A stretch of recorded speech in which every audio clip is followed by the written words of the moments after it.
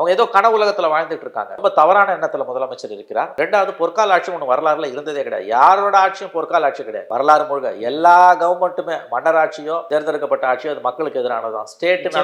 கரும்புள்ளிகள் இருக்கதான் செய்யும். எஸ், எந்த அரசும் மக்களுக்கான அரசு கிடையாது. எல்லா அரசும் மக்கள் விரோத அரசு தான். ஸோ இதுல தன்னுடைய ஆட்சியை பொற்கால ஆட்சி என்று அவரே சொல்லிக் கொள்கிறார் என்றால் அது மிகை மதிப்பீடு. அவங்க ஏதோ கனவு உலகத்துல வாழ்ந்துட்டு இருக்காங்க. பாருங்க, அடுத்த எலெக்ஷன்ல யார் ஜெயிப்பா தோப்பா அதுக்குள்ள போக விரும்பல கிலோ. அது எனக்கு தெரியாது. அது யார் வேணா ஜெயிக்கட்டும் தோக்கட்டும், அதை பத்தி நம்ம இப்ப சொல்ல முடியாது. இன்னும் 1.25 வருஷம் இருக்கு. கடைசி ஒரு வாரத்துல மாறும். கடைசி ஒரு வாரத்துல மாறும். கூட்டணி மாறும், எல்லாமே மாறும். எல்லாமே மாறும். திமுக அரசு இன்னைக்கு எந்த தப்பும் பண்ணல, இவங்க நல்லா தான் ஆட்சி பண்றாங்க, பெரிய தவறு எதுவும் நடக்கலன்னு சொல்றவங்களே கடைசி நேரத்துல மாத்தி குத்தலாம். நல்லா ஞாபகம் வச்சுக்கோங்க. ஒரு வருஷத்துக்கு முன்னால இந்த கவர்மெண்ட் வரும் வராது சொல்வது அபத்தமானது. இந்த கவர்மெண்ட் அடுத்த எலெக்ஷன்ல ஜெயிக்குமா தோக்குமான்னு பேசுறதே அபத்தமானது. இன்னைக்கு நம்ம பேச வேண்டியது இந்த கவர்மெண்ட் சொன்ன வாக்குறுதிகளை நிறைவேற்றிருக்கா. முக்கியமான வாக்குறுதி. நம்ம ஒன்றும் தேடும் பாலும் ஓடட்டும்னு சொல்ல. கல்வி கடன் ரத்துன்றதெல்லாம் நீங்க அந்த வாக்குறுதிகளை கொடுக்கறதுக்கு முன்னால ஒரு தடவைக்கு 2 தடவைக்கு 3 தடவைக்கு 30 தடவை யோசிச்சு அள்ளி விட்டீங்க. அதே மாதிரி பழைய ஓய்வூதிய திட்டம், அந்த பழைய ஓய்வூதிய திட்டம் முடியாதுன்னு ஆட்சிக்கு வந்த 3 மாசத்துல அன்னைக்கு நிதியமைச்சர் அந்த பிடிஆர் பேசினார். இத்தனைக்கும் அந்த குழுல மேனிஃபெஸ்டோ குழுல அவர் ஒரு உறுப்பினர். அப்ப எவ்வளவு வாக்குறுதிகளை நம்ப வச்சு